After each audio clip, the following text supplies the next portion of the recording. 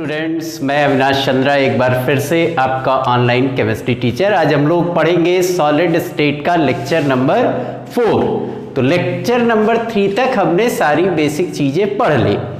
अब क्लासिफिकेशन वगैरह सब पढ़ने के बाद बात आती है कि हम क्या मान करके चलते हैं कि कोई भी पार्टिकल किस शेप में था, स्फेरिकल शेप में था। स्फेरिकल शेप में था तो उसका एक सेंटर हुआ करता था। अब अगर मान लो कि कोई भी स्ट्रक्चर है, इसके एक फेस को कंसीडर करें, तो अगर हम इसके कॉर्नर पर एक एटम रखेंगे तो एटम कुछ इस तरीके से आएगा, यानी इस स्फीयर का पूरा हिस्सा इसके अंदर नहीं आ रहा है, क्यूब के फेस के अंदर नहीं आ रहा है। तो आज हम सबसे पहले ये कैलकुलेशन सीखेंगे कि अगर स्फीयर किसी भी यूनिट सेल के किसी पॉइंट पर प्रेजेंट है तो उस स्फीयर का कितना हिस्सा यूनिट सेल के अंदर आएगा। तो इसके लिए सबसे पहले जरूरी है कि हम एक पूरा स्पेस लैटिस का फॉर्मेशन करें। अब देखो इसको समझने का तरीका क्या है। बोर्ड तो हमारा 2D है लेकिन स्ट्रक्चर हमको 3D बनाना है, तो हम 3D स्ट्रक्चर कैसे बनाएंगे। चलो हम यहाँ पे पहले एक स्ट्रक्चर बना लेते हैं। कैसे बनाते हैं देखो, हो सकता है कुछ बच्चों ने इसको पहले बनाया हो। हमने क्या किया, यहाँ पर एक स्क्वायर बनाया, इसके बाद यहाँ पर एक दूसरा स्क्वायर बनाते हैं। इस तरीके से हमने क्या किया, दूसरा स्क्वायर बना लिया। देखो ये बन गया, ये एक तैयार हो गया। अब हम इस कॉर्नर को इस कॉर्नर से मिलाए, इसको इससे मिलाए, इसको इससे मिलाए और इसको इससे मिलाए, तो देखो हमारा एक क्यूब देखने में तैयार हो गया। अब हम क्या करेंगे, इसी क्यूब के अंदर ढेर सारी यूनिट सेल बनाएंगे। कैसे बनाएंगे, इस लाइन का मिड पॉइंट लिए तो कुछ यहां कहीं आएगा, इस लाइन का इसके अपोजिट ये वाली लाइन होगी, इसका मिड पॉइंट लिए यहां कहीं आएगा। हमने क्या किया, इन दोनों को मिला दिया, मिल गई है। इसी तरीके से इस लाइन का मिड पॉइंट ले यहां कहीं आ जाएगा, इस लाइन का मिड पॉइंट ले यहाँ कहीं आ जाएगा। ये दोनों देखो हमारा तैयार हो गया। अब इसको यहाँ मिलाया और इसको यहाँ मिला दिया। देखो एक प्लेट की तरह हो गई ना, एक प्लेट यहाँ, एक प्लेट यहाँ और एक प्लेट यहाँ। इसी तरीके से हम हर साइड कर देते हैं। इस एज के सेंटर को इस एज के सेंटर से मिला दिया तो कुछ हमारा ये तैयार हो गया। इसके सेंटर को इसके सेंटर से मिला दिया यहाँ, तो हमारा एक ये तैयार हो गया, तैयार हो गया। इसके सेंटर से इसके सेंटर को मिला दे तो एक हमारा ये तैयार हो गया। और फिर अगर हम यहाँ मिला दिए तो एक सेंटर हमारा यहाँ से तैयार हो गया। ये हमारा क्लियर हो गया। अब इसके बाद तो देखो एक प्लेट इधर, एक प्लेट इधर, एक इधर, एक इधर, एक इधर, तो इस लेवल में 3 है और इस लेवल में कितने, 2। तो अब हम कैसे मिलाएंगे, यहाँ पर हमने क्या किया, इसके सेंटर को इसके सेंटर से मिला दिया। अब यहाँ पर इसका सेंटर और इसका सेंटर मैच करेगा, इसका सेंटर और इसका सेंटर मैच करेगा। हमने यहाँ से मिला दिया और इसके सेंटर पार्ट को यहाँ से मिला दिया। अब देखो ये हमारा तैयार हो गया पूरा स्ट्रक्चर। अब अगर इसमें ध्यान दो तो इसमें 8 क्यूब्स दिखाई दे रहे हैं। हम इस वाले हिस्से को अगर कंसीडर करें, इस वाले पार्ट को, तो एक क्यूब हमको ये आगे दिखाई दे रहा है। मैं यहाँ एक एक क्यूब अलग अलग बनाऊंगा। पहले हम पीछे वाला क्यूब बनाते हैं। तो पीछे वाला क्यूब किस शेप का है, देखो इस शेप का है। सारे क्यूब एक ही शेप के दिखेंगे।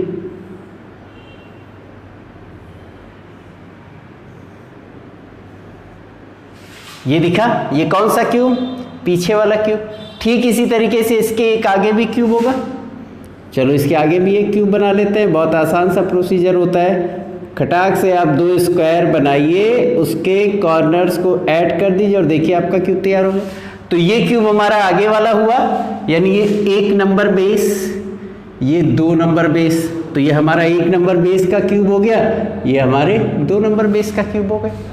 इसी तरीके से हम इसको 3 मानते हैं और इसको 4 मानते हैं, तो 3 वाले बेस का क्यूब तैयार कर देते हैं पहले।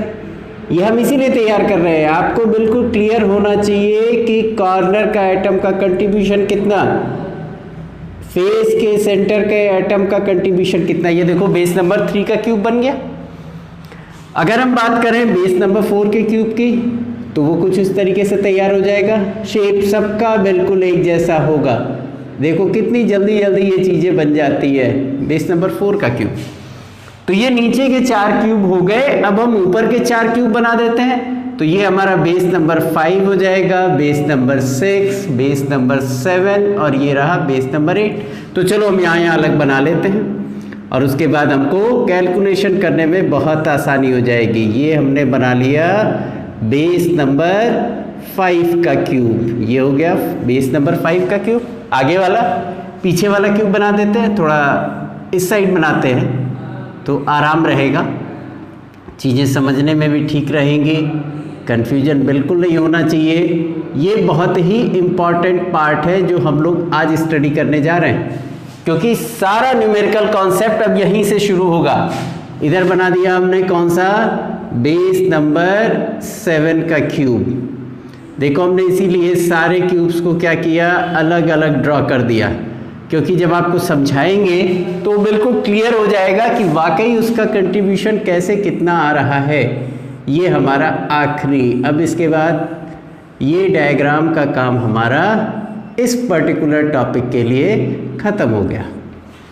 अब देखो हमारे पास है क्या, किसी भी एक क्यूब को अगर हम कंसीडर करें तो मैंने कहा था कि primitive unit cell, non primitive unit cell. Primitive unit cell में क्या कहा था, एटम्स कहाँ थे, सिर्फ कॉर्नर्स पर थे। नॉन प्रिमिटिव में मैंने क्या कहा था, 3 कंडीशन, कॉर्नर के एडिशन में फेस के सेंटर पे, कॉर्नर के एडिशन में बॉडी के सेंटर पे, कॉर्नर के एडिशन में 1 पेयर ऑफ अपोजिट फेसेस पे। हमें कंट्रीब्यूशन कहाँ कहाँ निकालना है, पहले तो हमें कंट्रीब्यूशन किसका निकालना, कॉर्नर एटम का। किसका निकालना, कॉर्नर एटम का कंट्रीब्यूशन निकालना।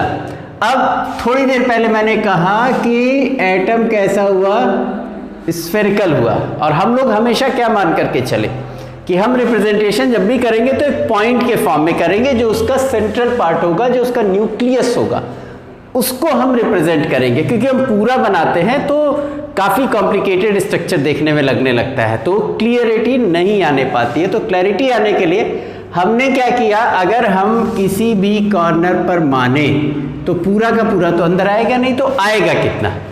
अब देखो अगर हमने क्या किया, यहाँ पर एक स्फीयर रखा, उस स्फीयर का कॉर्नर सेंट्रल पार्ट कहाँ है, न्यूक्लियस वाला पार्ट कहाँ है, इस कॉर्नर पे है।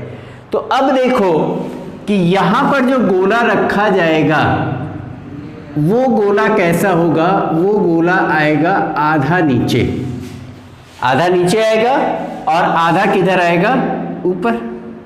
अब कितने यूनिट सेल में वो गोला जाएगा, तो हम देखते हैं कि कहाँ कहाँ कॉर्नर है, किस क्यूब में कौन सा कॉर्नर इसको रिप्रेजेंट करता है। तो अगर हम क्यूब नंबर 1 में देखें तो हमारा कौन सा है, देखो ये वाला कॉर्नर है, क्यूब नंबर 1 आगे वाला है ना। तो क्यूब नंबर 1 को अगर ध्यान से देखो तो कौन सा कॉर्नर है, ये पीछे वाला कॉर्नर है। और पीछे वाले क्यूब को अगर देखो तो कौन सा कॉर्नर है, ये आगे वाला कॉर्नर है। यानी ये दोनों कॉर्नर्स क्या हो गए, कॉमन हो गए। इसी तरीके से अगर क्यूब नंबर 5 में देखें तो क्यूब नंबर 5 में कौन सा होगा, ये पीछे और नीचे वाला होगा। क्यूब नंबर 6 में कौन होगा, नीचे से आगे वाला। तो ये 4 समझ में आना चाहिए। क्यूब नंबर 1 का टॉप लेवल पर जो पीछे वाला कॉर्नर है वो ये वाला हुआ। क्यूब नंबर 2 जिसका बेस 2 है उसका क्या होगा, पीछे वाला है ना, तो पीछे वाला है तो कौन सा कॉर्नर है, ये वाला, यानी अगर कंपेयर करें तो ये वाला आएगा। इसी तरीके से क्यूब नंबर 5 की अगर बात करें तो ये वाला कॉर्नर है, क्यूब नंबर 6 की बात करें तो ये वाला कॉर्नर है। तो अगर इन सबको मिला दिया जाए तो देखो ये कॉर्नर हो गया। इसी तरीके से बेस नंबर 3 का अगर देखा जाए तो बेस नंबर 3 का कौन सा कॉर्नर है, ये वाला। देखो बेस नंबर 3 आगे है ना, तो ये क्या हो गया, पीछे वाला लाइन हो गया, पीछे वाला एज हो गया। यहाँ पर ये कितना हो गया, 4। अगर हम ऊपर चलते हैं 7 पर, 7 पर कौन सा होगा, नीचे होगा, और कौन सा होगा, ये आगे वाला होगा। और 8 का कौन सा होगा, सॉरी ये 7 है ना, तो 7 पर देखो 7 ये है तो ये नीचे से पीछे वाला, और 8 का कौन सा हो गया, आगे वाला। यानी ये जो कॉर्नर है ये हर एक क्यूब का पार्ट है, ये कॉर्नर हर क्यूब का पार्ट है। 1 2 3 4 5 6 7 8, यानी यहां पर जो एटम रखा जाएगा उसका थोड़ा थोड़ा हिस्सा इन सारे क्यूब्स में जाएगा, क्योंकि एटम कैसा मान के चले, स्फेरिकल मान के चले ना, तो जब उसका सेंटर यहां होगा तो कुछ कुछ हिस्सा आठों में रहेगा। तो कॉर्नर एटम का जो कंट्रीब्यूशन होता है, मैं यहां स्टेटमेंट लिखता हूं, contribution of one corner atom, तो कितना आ गया 1/8, क्योंकि वो स्फीयर कितने क्यूब का पार्ट है, 8 क्यूब्स का पार्ट है। तो जब 8 क्यूब्स का पार्ट है, इसका मतलब क्या हुआ कि वो स्फीयर 8 क्यूब्स में थोड़ा थोड़ा जाएगा और बराबर बराबर जाएगा। स्फीयर है, एक सिमेट्रिकल स्ट्रक्चर है, तो एक क्यूब में कितना पार्ट उसका एंट्री करेगा 1/8, यानी एक यूनिट सेल के लिए कॉर्नर एटम का कंट्रीब्यूशन 1/8, 1/8 इसमें जाएगा, 1/8 इसमें जाएगा, 1/8 इसमें जाएगा, 1/8 इसमें जाएगा, इसी तरीके से 1/8 इन चारों में जाएगा, तब जाकर के वो पूरा का पूरा स्फीयर डिवाइड हो जाएगा। तो कॉर्नर एटम का कंट्रीब्यूशन कितना हो गया 1/8। इसके बाद हम बात किसकी करेंगे, contribution of one face atom. अब देखो हम फेस एटम की बात करते हैं।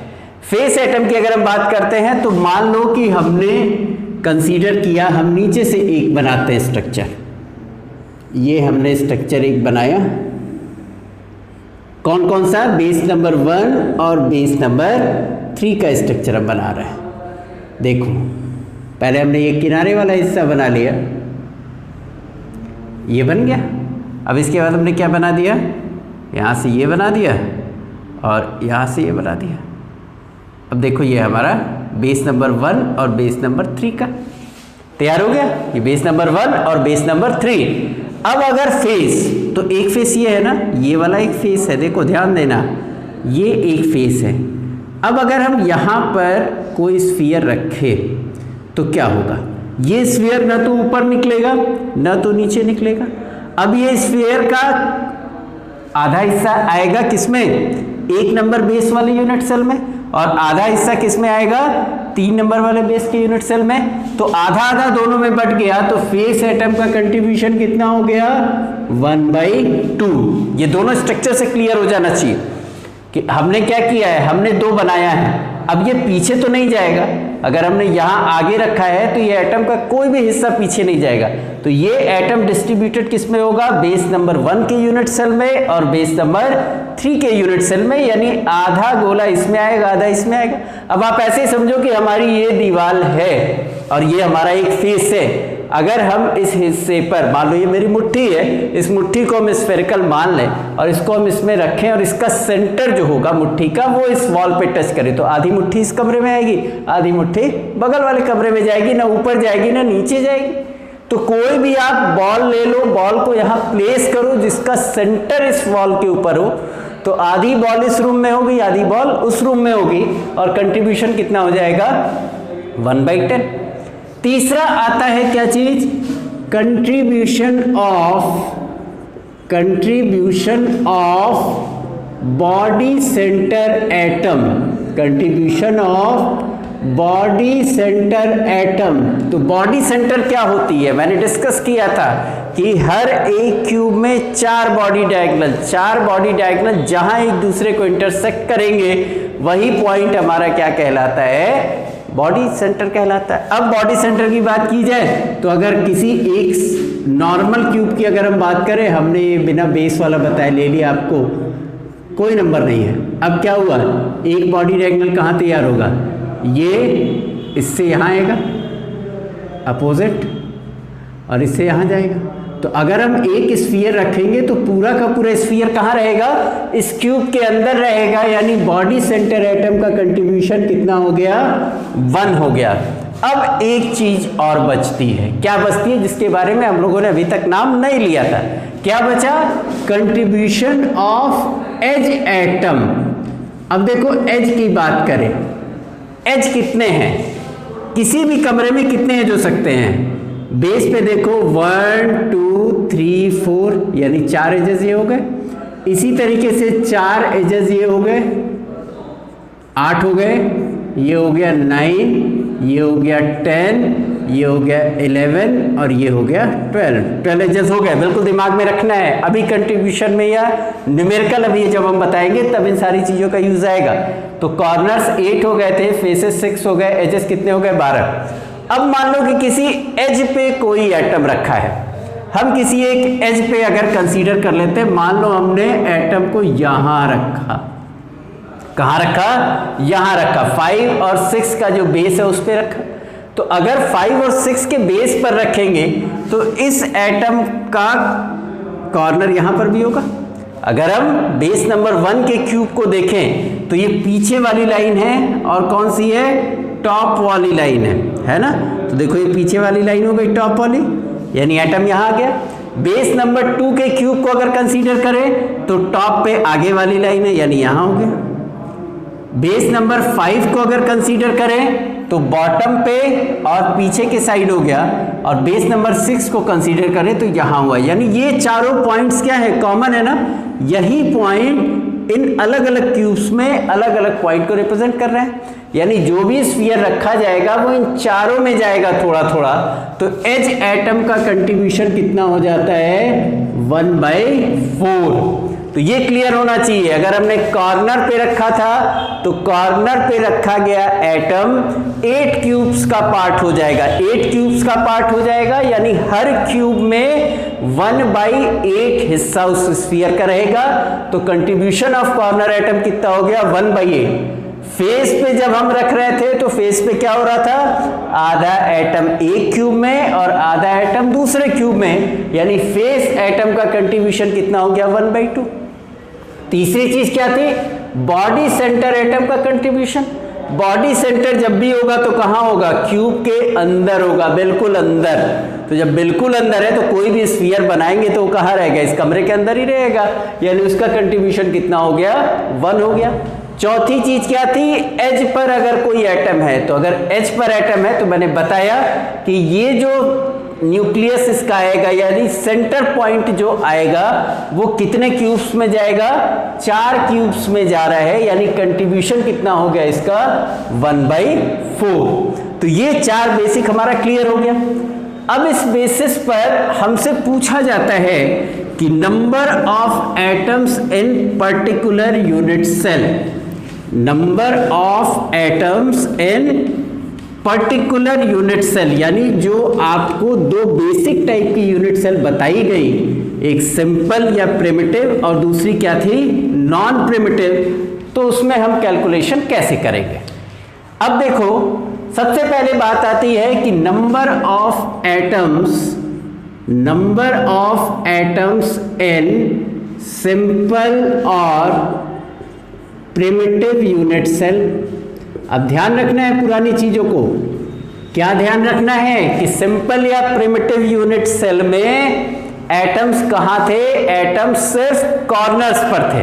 तो नंबर ऑफ कॉर्नर्स कितने हो गए, नंबर ऑफ कॉर्नर्स हो गए 8, और कंट्रीब्यूशन ऑफ वन कॉर्नर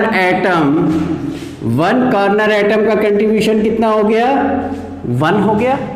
तो therefore number of atoms in simple और प्रिमिटिव यूनिट सेल, सिंपल और प्रिमिटिव यूनिट सेल, ये कितना आ जाएगा, ये आ जाएगा 8 × 1/8 = 1, क्योंकि सिंपल में क्या बताया गया था, एटम्स कहां प्रेजेंट है, सिर्फ कॉर्नर्स पे प्रेजेंट है।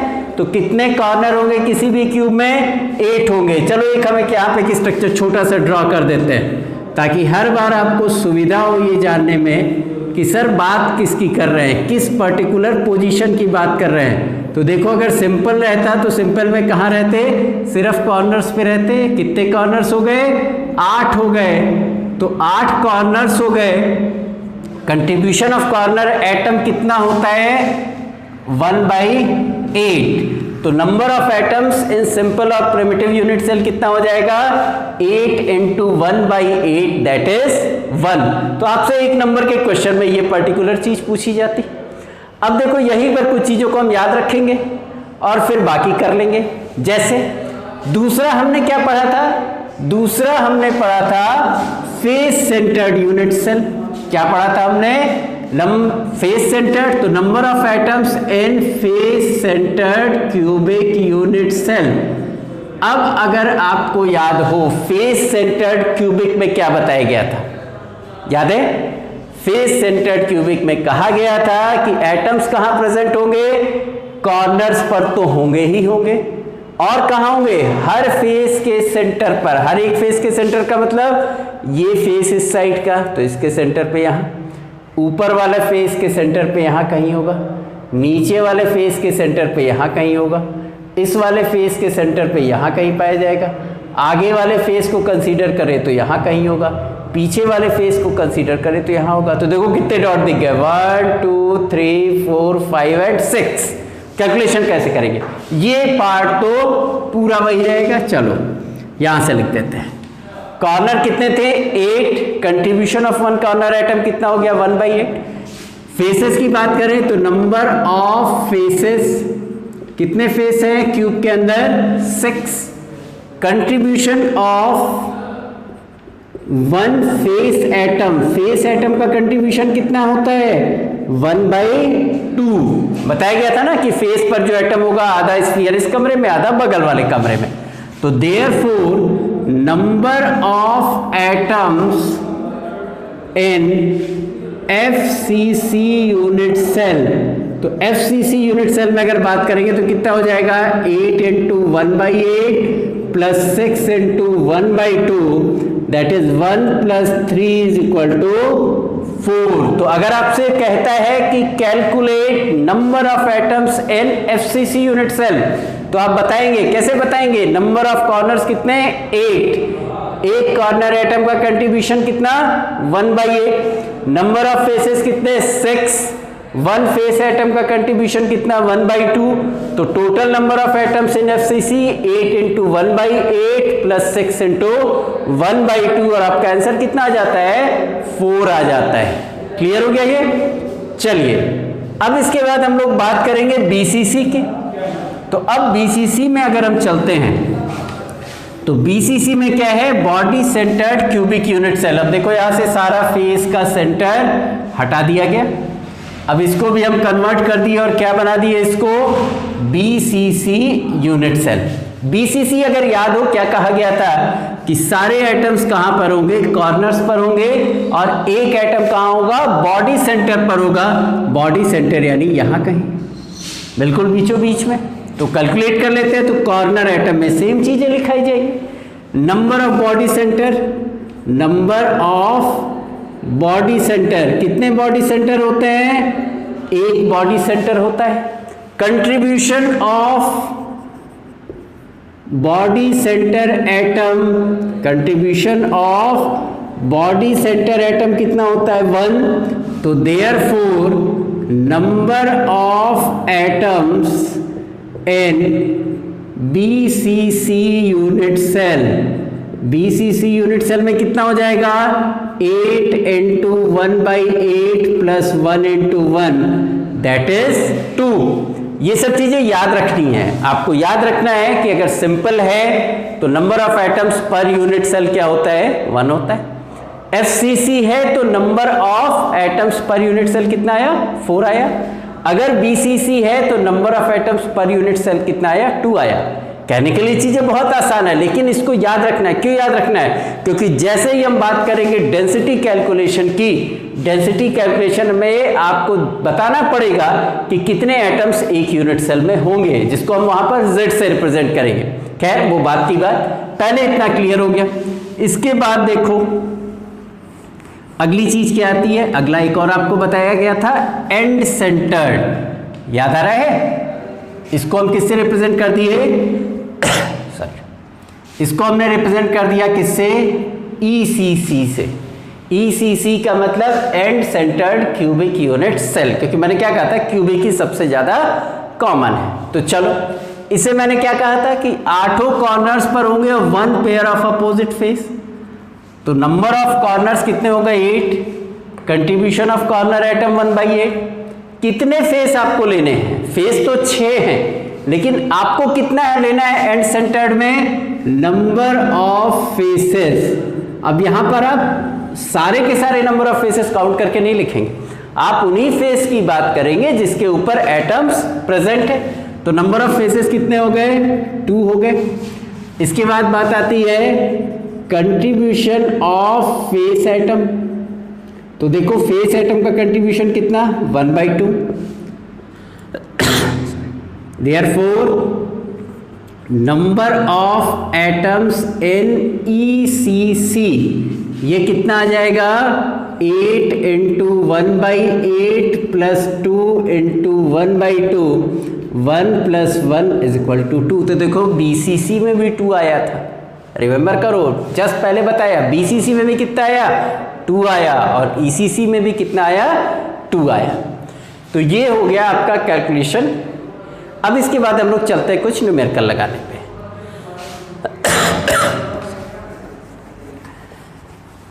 पहले क्वेश्चन यहाँ पर लिख देते हैं कि क्वेश्चन कह क्या रहा है और हम फॉर्मूला कैसे डिराइव करेंगे। ठीक है, पहले थोड़े आसान आसान क्वेश्चन करा देते हैं। चलो पहला क्वेश्चन लिखते हैं, क्वेश्चन नंबर 1। क्वेश्चन नंबर 1 क्या कहता है कि a compound is made up of A and B। कोई कंपाउंड है, किससे मिलके बना है? A एंड B से। और क्या कहता है? Atoms of A are present at corners and B at face centre. B at face centre. Derive formula. देखो फॉर्मूला निकालने के लिए कहेगा, अभी तो ये पहला तरीका हम बता रहे हैं कि आपको पोजीशन दे दिया गया और पोजीशन के हिसाब से उसने कहा कि अब आप हमको फॉर्मूला बताइए। तो देखो क्या कह रहा है क्वेश्चन, एक बार फिर से देखते हैं कि कंपाउंड किससे मिलके बना है? A और B से मिलकर के बना है। A कहां प्रेजेंट है? कॉर्नर्स पर प्रेजेंट है। B कहां प्रेजेंट है? फेस के सेंटर पर प्रेजेंट है। हमें क्या बताना? फॉर्मूला बता रहा। तो देखो अगर हम A की बात करें, अब इसका सॉल्यूशन की बात करते हैं। A कहां प्रेजेंट है? At corners. अब हमको पता है कि क्यूब में कितने कॉर्नर्स है? 8 कॉर्नर्स है। तो number of atoms of A, तो A कहां प्रेजेंट? 8 कॉर्नर्स पे प्रेजेंट, और हर एक का कंट्रीब्यूशन कितना? 1/8, यानी A के कितने एटम हो गए? 1 एटम हो गए। B कहां प्रेजेंट है? B are present at face centre. B are present at face centre. तो अब देखो number of atoms of B ये निकालेंगे, तो सारे फेस पे है ना, ये नहीं कहा है 4 फेस पे, 5 फेस पे, 2 फेस पे, 3 फेस पे, अभी उस टाइप का क्वेश्चन भी बताते हैं। तो B के एटम्स कहाँ है? फेसेस के सेंटर पर। कितने फेस हमारे पास? 6 फेस। हर एक फेस एटम का कंट्रीब्यूशन कितना हो गया? 1/2। तो B के कितने एटम्स हो गए? 3 एटम्स हो गए। तो A के एटम्स का नंबर निकाले तो कितना आया? 1 आया। कैसे 1 आया? A कहाँ प्रेजेंट है? कॉर्नर पे प्रेजेंट है। तो कॉर्नर पे प्रेजेंट है यानी 8 पोजीशंस पे प्रेजेंट है। हर एक पोजीशन का कंट्रीब्यूशन कितना? 1/8। मल्टीप्लाई कर दिए तो A की वैल्यू कितनी आ गई? 1 आ गई। इसी तरीके से B का कैलकुलेशन किए। B के एटम्स कहाँ है? फेसेस के सेंटर पे है। तो क्या हो जाएगा? 6 × 1/2 यानी कि 3 हो गया।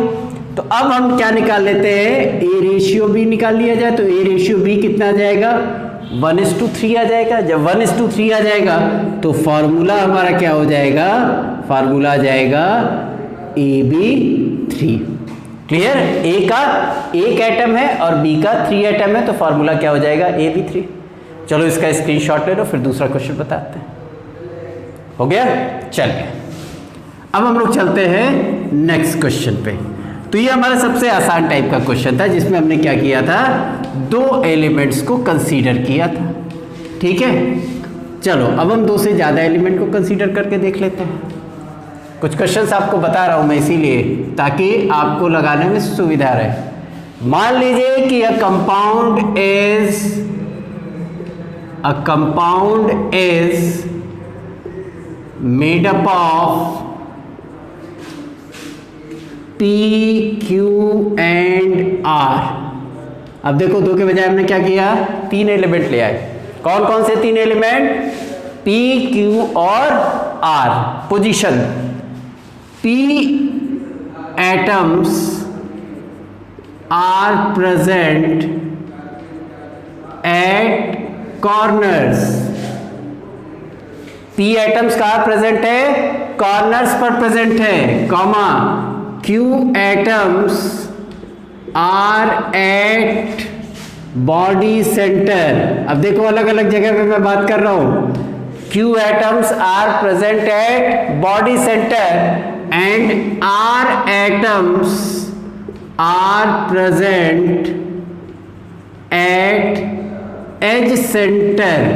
देखो 3 जगह आपको बता दी गई, और उसके बाद क्या करना है, आखिरी काम। क्वेश्चन तो अब आया ना, डेराइव फॉर्मूला। अभी तक तो इंफॉर्मेशन चल रही थी।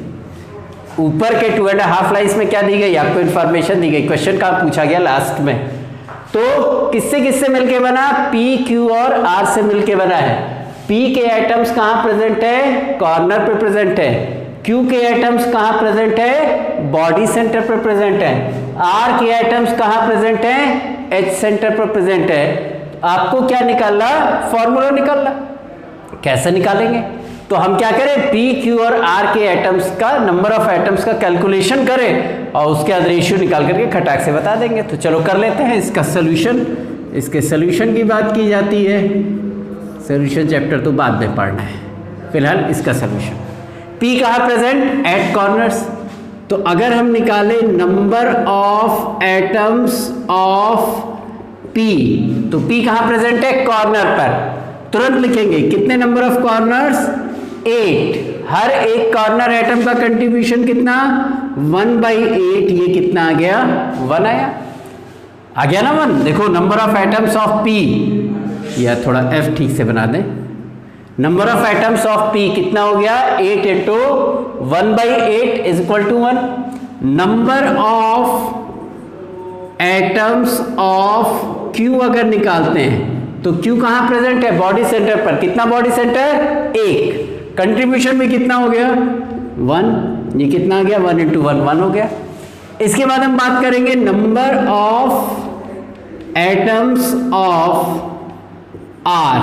अब देखो R के एटम्स कहाँ प्रेजेंट हैं, एजेस के सेंटर पर प्रेजेंट है। कहाँ प्रेजेंट है, एज के सेंटर पर प्रेजेंट है। तो एज के सेंटर पर प्रेजेंट है, तो नंबर ऑफ एजेस अगर याद हो, थोड़ी देर पहले मैंने अभी आपको बताया कि एजेस कितने होते हैं, 12 होते हैं। याद आ रहा है, चलो यहाँ बना दिए खट से। देखो कितना आसान होता है क्यूब बनाना, प्रैक्टिस करो खटाखट बनेगा। तो 4 नीचे के एज, 4 ऊपर के एज, 1 2 3 4, 4 4 4 मिलके हो गए 12। और एज एटम का कंट्रीब्यूशन कितना था, 1/4, यानी कितने हो गए, 3 एटम्स। तो चलो अब हम रेशियो निकाल लेते हैं। रेशियो किसका किसका निकाला, P/Q/R। ये कितना हो गया, 1:1:3। यानी फार्मूला इसके बाद क्या लिख देंगे, the formula as PQR3। Clear है ये सबको। P कहाँ थे, कॉर्नर पे थे, 1 एटम। Q कहाँ था, बॉडी सेंटर पर था, 1 एटम। R कहाँ थे, एजेस के सेंटर पे थे, कितने एटम हो गए, 3 एटम। रेशियो निकाला 1:1:3। फार्मूला क्या आ गया, PQR3। तो देखो ये दूसरे टाइप का क्वेश्चन होगा। हम आपको सब टाइप के क्वेश्चन बता दे रहे हैं, इसके बियॉन्ड आपसे कहीं नहीं पूछा जाएगा, कंपटीशन में भी नहीं पूछा जाएगा। तो आपको सारी चीजें मैं इसीलिए यहां दे रहा हूं। तो स्क्रीनशॉट ले लो इसका, फिर चलते हैं तीसरे क्वेश्चन पे। चलो अब हम लोग तीसरा क्वेश्चन करेंगे। तीसरे क्वेश्चन से अब हम लोग, अभी तक तो दोनों बिल्कुल आराम से कर लिए, अभी तक बहुत ज़्यादा दिमाग का घोड़ा नहीं दौड़ा है, लेकिन अब आपको दौड़ाना है। देखिए कैसे दौड़ाना है। अगले क्वेश्चन में देखते हैं, क्वेश्चन नंबर 3। क्वेश्चन नंबर 3 क्या कहता है कि a compound is made up of A and D। अब दिमाग में मत ले आना कि अभी तो सर कह रहे थे अभी तो ट्विस्ट आएगा और फिर से आ गया 2 एलिमेंट, नहीं, A और B से मिलके बने हैं। अब atoms of A are present at corners। A के एटम्स कहाँ प्रेजेंट है? कॉर्नर्स पर। और atoms of B are present at alternate face. ध्यान देना है, कहाँ प्रेजेंट है? Alternate face. अब क्वेश्चन आया, अभी तक तो इंफॉर्मेशन आई, अब क्वेश्चन आया डिराइव फॉर्मूला। आपको क्या निकालना है? अब फॉर्मूला निकालना है। तो A के एटम्स कहाँ प्रेजेंट है? कॉर्नर्स पे प्रेजेंट है। B के एटम्स कहाँ प्रेजेंट है? अल्टरनेट फेस पर प्रेजेंट है। आपको फॉर्मूला निकालना है। अब देखो यहीं पर सबसे बड़ा कंफ्यूजन पैदा होता है। क्या कंफ्यूजन पैदा होता है? हमको ये पता कि कमरे में कितने फेस, कमरे में कितने फेस, कमरे में 6 फेस। तो अल्टरनेट फेस की बात किया जाए तो दिमाग में क्या चीज आती है कि अगर 6 है तो अल्टरनेट क्या हो गए? 3 फेस हो गए। लेकिन अल्टरनेट फेस की बात की जाए तो कितने अल्टरनेट फेस हो गए? तब तक सोचो जब तक एक लाइन में लिखता हूं। इसके सोल्यूशन की बात तब तक मैं करता हूं, दिमाग का घोड़ा तब तक दौड़ाइए। A के एटम्स का कैलकुलेशन सब लोग कर लेंगे। Number of atoms of A, ये कितना आ जाएगा? 8 × 1/8 दैट इज 1। अब B के नंबर ऑफ एटम्स की बात आई, number of atoms of B, तो कितने अल्टरनेट फेस होंगे? देखो यहां डायग्राम से थोड़ा सा समझते हैं। ये हमारा एक क्यूब हुआ, देखो मैंने खटाक से ये क्यूब बना दिया, ये एक क्यूब बन गया। ठीक, हम किसी एक फेस को ले लें और फिर खोजे कि अल्टरनेट फेस कौन सा होगा। सपोज करो कि हम यहाँ इस वाइट बोर्ड से सट के खड़े हैं, तो एक फेस हमारे ये पीछे वाला हो गया। अब अगर हम बात करें अपने लेफ्ट हैंड साइड वाले वॉल की, तो हमारा ये वॉल और हमारे लेफ्ट हैंड साइड वाला वॉल अल्टरनेट होगा? नहीं होगा ना, एडजेसेंट होगा। क्यों एडजेसेंट होगा? क्योंकि एक एज हमारी क्या होगी? कॉमन हो जाएगी। इसी तरीके से अगर हम राइट हैंड वाले फेस को कंसीडर करें तो हमारे राइट हैंड वाला फेस भी क्या होगा? एडजेसेंट फेस होगा। क्यों होगा? क्योंकि हमारे पीछे वाला फेस और राइट हैंड साइड वाला फेस, इन दोनों का एक एज कॉमन होगा। इसी तरीके से अगर हम टॉप फेस की बात करें, छत की बात करें, तो छत और ये दीवार, ये भी क्या होंगी? एडजेसेंट होगी, क्योंकि इनका भी एक एज क्या होगा? कॉमन हो जाएगा। इसी तरीके से ये जमीन की अगर बात करें तो जमीन का और इस दीवार का भी एक एज कॉमन हो जाएगा। यानी इस फेस को अगर कंसीडर करें तो ना इसके अगल बगल के फेस एडजेसेंट होंगे, ना ऊपर नीचे के। यानी जब भी हम बात करेंगे तो अल्टरनेट फेस का मतलब एक छोड़ करके, तो अगर इसके बाद एक फेस छोड़ेंगे तो कौन सा मिलेगा? सिर्फ सामने वाला फेस मिलेगा। यहां से समझो, मैं इस दीवार से सट करके खड़ा हूं, इस दीवार से, ये हमारी दीवार है जिससे मैं सट के खड़ा, ठीक है। ये वाली दीवार है जिसको मैंने खूब बंदा कर दिया, ये पीछे वाली दीवार है। अब देखो हम किसको कंसीडर कर सकते हैं? हम इसको कंसीडर कर सकते हैं, छत को। छत को नहीं कंसीडर कर सकते क्योंकि एक एज कॉमन हो गया।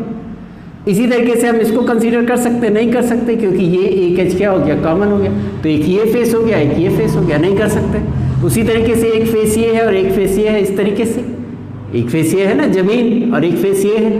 तो अगर हम इन दोनों को कंसीडर करें, देखो एक फेस ये हो गया, एक फेस ये हो गया, तो हम क्या नहीं कर सकते? इन दोनों को अल्टरनेट नहीं मान सकते क्योंकि इन दोनों का एक एज कॉमन हो गया।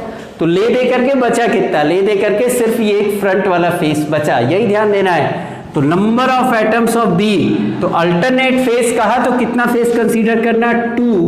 तो 2 × 1/2 दैट इज 1। देयरफॉर, या रेशियो निकालो पहले, A/B कितना आ जाएगा? 1:1। तो फॉर्मूला कितना आ जाएगा, फॉर्मूला आ जाएगा AB। ये बहुत अच्छा क्वेश्चन था, दिखने में शुरू में सबको लगा होगा कि अभी तो सर कह रहे थे PQR 3 है तो अब 4 एलिमेंट आना चाहिए। नहीं, अब क्वेश्चन पूछने का तरीका थोड़ा बदल गया। बात यहां पर क्या हो गई, सारे फेसेस की नहीं बल्कि अपोजिट भी नहीं वर्ड यूज किया। अगर अपोजिट करता तब तो आप तुरंत समझ जाते।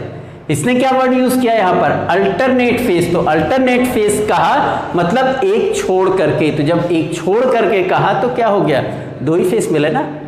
तो चलो इसका भी एक स्क्रीनशॉट ले लो, फिर मैं आपको अगले टाइप का क्वेश्चन बताता हूं। आज आपको कई टाइप के क्वेश्चन सब कराने वाले हैं ताकि कोई लूप होल बचे नहीं। ये टॉपिक 100% ओवर करके हम लोग आगे बढ़े। तो अब ले लिया, चलो आगे बढ़ते हैं, अगले क्वेश्चन की बात करते हैं। अगले क्वेश्चन में फिर से 2 ही ले लेते हैं। चलो फिर से हम क्या ले लेते हैं, 2 एलिमेंट ले लेते हैं। अब उन 2 एलिमेंट में आप कहोगे सर अब क्या हो सकता है 2 एलिमेंट में, चलो देखते हैं क्या हो सकता है। क्वेश्चन नंबर 4, पहले हम यहाँ पर क्या लिख देते हैं, क्वेश्चन नंबर 4 लिख देते हैं। क्या क्या है कि a compound is made up of A and B। A and B, आपको क्या करना है, atoms of A are present, atoms of A are present at corners and, अब अगली लाइन में ट्विस्ट आता है। जैसे पिछले क्वेश्चन में था, पहली लाइन कॉमन थी, आपने यहां भी पहली लाइन कॉमन कर लिया। दूसरी लाइन की बात करते हैं कि atom and 2 atoms of B are present at each body diagonal।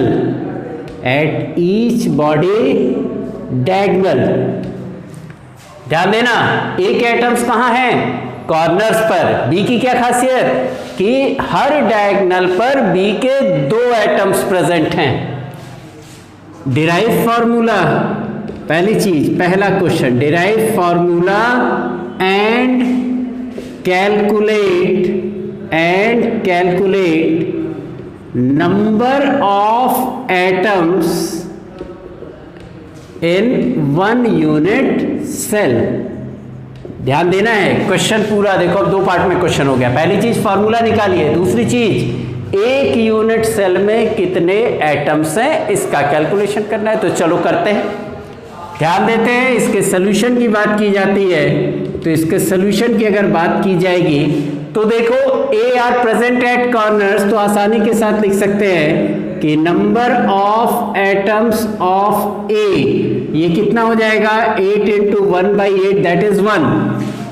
पूरा का पूरा दिमाग कहां लगाना, सेकेंड पार्ट में लगाना कि बी के 2 एटम्स हर एक डायगोनल पर प्रेजेंट हैं। तो चलो निकालते हैं, यहीं से ध्यान दे देते हैं। पहले हम डायग्राम से समझ लेते हैं। देखो ये हमारा डायग्राम हो गया, ये हो गया। हम इसमें बॉडी डायगोनल अगर ध्यान दें तो कितने बॉडी डायगोनल होंगे, देखो एक बॉडी डायगोनल ये हुआ, दूसरा बॉडी डायगोनल ये हुआ, तीसरा बॉडी डायगोनल ये हुआ और चौथा बॉडी डायगोनल ये हुआ। क्वेश्चन पे ध्यान देना, क्वेश्चन में क्या कहा, 2 atoms are present at each body diagonal. तो यहां पर और यहां पर एक बॉडी डायगोनल पे 2 एटम हुए, दूसरे कहां हुए, दूसरा बॉडी डायगोनल पर 2 एटम यहां, तीसरे बॉडी डायगोनल पर 2 एटम यहां और चौथे बॉडी डायगोनल पर 2 एटम्स यहां। यानी बॉडी डायगोनल पर नंबर ऑफ एटम्स कितने हो गए, 8 हो गए। अब जो भी एटम यहां पर होगा वो पूरी तरीके से यूनिट सेल के अंदर होगा, यानी उसका 100% पार्ट बॉडी डायगोनल के हर एक एटम का 100% पार्ट यूनिट सेल के अंदर होगा। तो अगर हम निकालते हैं number of atoms of B, तो कितने बॉडी डायगोनल, 4, हर बॉडी डायगोनल पर नंबर ऑफ एटम्स कितने हो गए, 2, और सबका कंट्रीब्यूशन कितना हो गया, 1 हो गया। देखो यही एक लौता क्वेश्चन है जिसमें हमने 3 चीजों को मल्टीप्लाई किया है। क्यों किया है? क्योंकि क्वेश्चन में कहा है कि 2 atoms of B are present at each body diagonal, यानी बी के 2 एटम हर बॉडी डायगोनल पर है। तो बॉडी डायगोनल की संख्या 4, हर बॉडी डायगोनल पर नंबर ऑफ एटम्स 2 और सबका कंट्रीब्यूशन कितना 1, यानी ये कितना हो गया 8 हो गया। अब पहला पार्ट कहता है डिराइव फार्मूला। तो फार्मूला डिराइव करने के लिए चलो कर लेते हैं कि हम किसका रेशियो निकाले, A:B। तो ये कितना आ गया 1:8। तो फार्मूला पहला पार्ट फार्मूला कितना हो गया AB 8 और दूसरी चीज क्या है नंबर ऑफ एटम्स। तो अगर हम नंबर ऑफ एटम्स की बात करें तो नंबर ऑफ एटम्स देखो ये तो निकाल लिए, तो बहुत आसान है 1 + 8 = 9। तो ये भी देखो बिल्कुल अलग टाइप का क्वेश्चन था। इस क्वेश्चन में क्या कहा, बॉडी सेंटर की बात ही नहीं किया, क्या कह दिया कि 2 atoms of B are present at each body diagonal. तो यहां फिगर बिल्कुल क्लियर होना चाहिए कि हर बॉडी डायगोनल पर 2 एटम है। तो इसका भी एक स्क्रीनशॉट ले लो। इसके बाद एक टाइप का क्वेश्चन और बचता है इस पर्टिकुलर टॉपिक से, वो भी बताते हैं। अब क्वेश्चन नंबर 5। अब इसके अलावा इस पर्टिकुलर टॉपिक से कोई भी क्वेश्चन नहीं पूछा जाता है, इसीलिए मैंने ऊपर का रिमूव नहीं किया है ताकि आपको कैलकुलेशन में आसानी रहे। अब देखो कभी कभी क्या होता है कि बता दिया जाता है कि हमारा यूनिट सेल किस टाइप का। फॉर एग्जाम्पल चलो अगला क्वेश्चन लेते हैं। अगला क्वेश्चन कहता है कि गोल्ड क्रिस्टलाइजेज इन FCC। सीधे बता दिया इसने, कुछ बोला ही नहीं है कि एटम्स कॉर्नर पर हैं या फेस के सेंटर पे या बॉडी सेंटर पर, सीधे उसने कह दिया कि FCC का अरेंजमेंट है। बिल्कुल क्लियर हो गया कि कॉर्नर पर होंगे और कहाँ होंगे, फेस के सेंटर पर होंगे। अब कहता है कि calculate number of unit cells in 1 gram gold. तो गोल्ड का क्रिस्टलाइजेशन का पैटर्न बताइए। क्या बताया कि ये किस पैटर्न में होंगे, FCC के पैटर्न में होंगे। हमें क्या निकालना है, हमें नंबर ऑफ यूनिट सेल निकालना है। कितने में निकालना है, 1 ग्राम गोल्ड में। तो अब हम कैसे बता सकते हैं, तो बहुत इंपॉर्टेंट इंफॉर्मेशन है कि atomic mass of gold is 197। इतनी जानकारी आपको दी गई। इस टाइप का क्वेश्चन आपसे पूछा जाता है, आपको किसी भी मेटल का दे दिया गया, मान लीजिए एल्यूमिनियम का दे दिया है, एल्यूमिनियम का कह दिया गया कि एल्यूमिनियम का एटॉमिक वेट 27 है, ये BCC में क्रिस्टलाइज होता है, तो इसके 5 ग्राम में नंबर ऑफ यूनिट सेल्स बताइए। तो इस टाइप के क्वेश्चन पूछे जा सकते हैं कि आपको पैटर्न दे दिया गया, मास दे दिया गया और आपसे क्या कहा कैलकुलेशन करने के लिए, नंबर ऑफ यूनिट सेल्स का कैलकुलेशन करने के लिए कहा। क्लियर हुआ? चलो कैसे करेंगे इसको, इसके सॉल्यूशन की बात कर ली जाती है। तो अगर इसके सॉल्यूशंस की बात करते हैं तो कैसे होगा ये, पहली चीज तो हम ये निकाल लें कि 1 ग्राम गोल्ड में कितने एटम्स होंगे। एटॉमिक मास 197 दिया गया, तो देखो एटॉमिक मास अगर 197 दिया गया है, इसका मतलब अगर हम 1 मोल लेते हैं, तो अगर हमने लिया 1 मोल गोल्ड, तो 1 मोल गोल्ड का मतलब कितना हुआ, 197 ग्राम गोल्ड। यही ना हुआ ग्राम एटॉमिक मास या ग्राम मॉलिक्यूलर मास। इसमें नंबर ऑफ एटम्स कितने हो जाएंगे, 6.022 इंटू 10⁻23 एटम्स ऑफ गोल्ड। यानी अगर 197 ग्राम गोल्ड लेते तो उसमें गोल्ड के कितने एटम्स होते, 6.022 इंटू 10⁻23। अब देखिए, तो number of gold atoms in 1 ग्राम, तो 197 ग्राम में इतने एटम्स है, तो 1 ग्राम में कितने होंगे, 6.022 इंटू 10⁻23 डिवाइडेड बाई 197। तो हमें क्या पता चल गया कि जो हमको 1 ग्राम गोल्ड दिया गया उसमें नंबर ऑफ एटम्स कितने हैं, ये निकल गया। अब अगला क्या निकालेंगे calculation, number of gold atoms in 1 unit cell. अब देखो सीधे हमको इंफॉर्मेशन दे दी गई FCC है, तो FCC में एक यूनिट सेल में कितने एटम्स होते हैं? 4 होते हैं ना। याद होगा मैंने कहा था FCC 8 × 1/8 + 6 × 1/2 1 + 3 = 4। तो कितने एटम्स हो गए? 4 हो गए। यानी 4 एटम्स मिल करके क्या किए? 1 यूनिट सेल का फॉर्मेशन किए। हमारे पास एटम्स कितने हैं? इतने एटम्स हैं। तो therefore number of unit cells, number of unit cells कितना हो जाएगा? ये हो जाएगा नंबर ऑफ एटम्स, कौन से नंबर? टोटल कितने हैं, divided by number of atoms in 1 unit cell. तो ये कितना था? 6.022 × 10⁻23 डिवाइडेड बाई 197 × 4। ये आप डिवाइड कर लेंगे और ये आपका क्या आ जाएगा? आंसर आ जाएगा। तो इस टाइप के क्वेश्चन भी आपसे पूछे जाते हैं जहां पर आपको क्रिस्टल का पैटर्न दे दिया जाता है। क्रिस्टल का पैटर्न दे दिया जाएगा, गिवन मास ऑफ क्रिस्टल दिया जाएगा, वो क्रिस्टल मेटल का भी हो सकता है, किसी भी चीज का हो सकता है। बेसिक फैक्ट क्या है? पैटर्न दिया रहेगा, मास दिया रहेगा, एटॉमिक मास दिया रहेगा और आपसे क्या पूछेगा? नंबर ऑफ यूनिट सेल्स पूछेगा। तो आप क्या करेंगे? इस तरीके से सारा कैलकुलेशन कर लेंगे। तो इस तरीके से ये जो टॉपिक है आज का, इसने क्या कवर कर लिया? इसने कवर कर लिया कि कहां कहां पार्टिकल्स होंगे, किसका कंट्रीब्यूशन कितना होगा और उस बेसिस पर हमारे कितने टाइप के क्वेश्चंस बन सकते हैं। तो इसीलिए मैंने आपको सारे टाइप के क्वेश्चंस की इंफॉर्मेशन दे दी।